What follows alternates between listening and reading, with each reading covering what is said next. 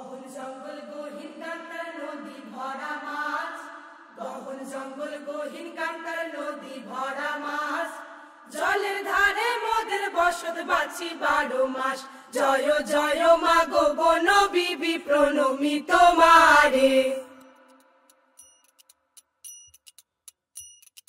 ডিঙি ভাষায় কালিন্দিতে চিংড়ি মাছের পোনা, ডিঙি ভাষায় কালিন্দিতে চিংড়ি মাছের পোনা, চৈত্র মাসে ভালো মধু আছে সবার জানা। জয় জয় বাবা দক্ষিণ রায় প্রণমি তোমারে।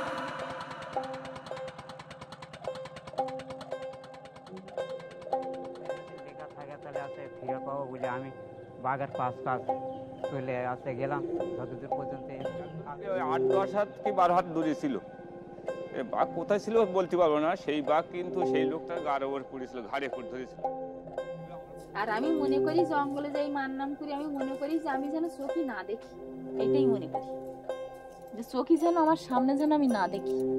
আমরা তোমার নাম ধরি না দেখা হইলে ভয়, আমরা তোমার নাম ধরি না দেখা হইলে ভয়, অরণ্যের এই জনম মোদের নাই কোনো উপায়। জয় জয় বাবা দক্ষিণ রায় প্রণমি তোমারে।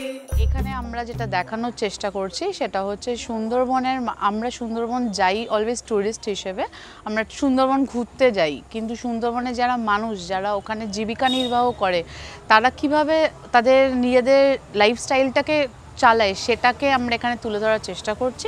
আমাদের মাতৃরূপ প্রতিমা যেটা সেটা দেখানো হচ্ছে সেখানে, যে একটা বাচ্চা মেয়ে তাদের হয়তো এরকমভাবে তার বাড়ির কোনো কাউকে বাঘ মেরে দিয়েছে বা তার বাড়ি থেকে মানে এরকম একটা লস হয়েছে, সেই জায়গা থেকে সে দেবী হয়ে উঠছে। কারণ তারা হয়তো যখন জঙ্গলে যাচ্ছে মধু ভাঙতে বা কাঁকড়া ধরতে, তাদের হাতে হয়তো অনেক সময় অস্ত্র না থাকা সত্ত্বেও বাঘের সাথে সংঘাত যখন হচ্ছে, সেই জায়গায় তারা কিভাবে তাদের প্রিয়জনকে ফিরিয়ে আনছেন সেইটাকে তুলে ধরার আমাদের মাতৃপ্রতিমার রূপ দিয়ে চেষ্টা করা হয়েছে।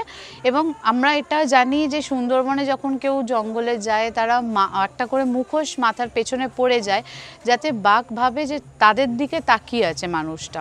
সেই অর্থে একটা মুখোশের গুরুত্বপূর্ণটা প্রচণ্ডভাবে দেখা যায়। সেই কারণেই মায়ের হাতেও একটা মুখোশ একটা দেওয়া আছে, যাতে ওই জিনিসটাকে তুলে ধরা যায়। বর্ষায় আসে নদী ভাসে রায় মঙ্গলে বান, বর্ষায় আসে নদী ভাসে রায় মঙ্গলে বান, বাঁধ ভাঙা জল আইলো উঠার হইল গান। জয় জয় মা গো বন বিবি রক্ষা করো মোরে। কালীতলা শামসের নগরে স্থান আছে কত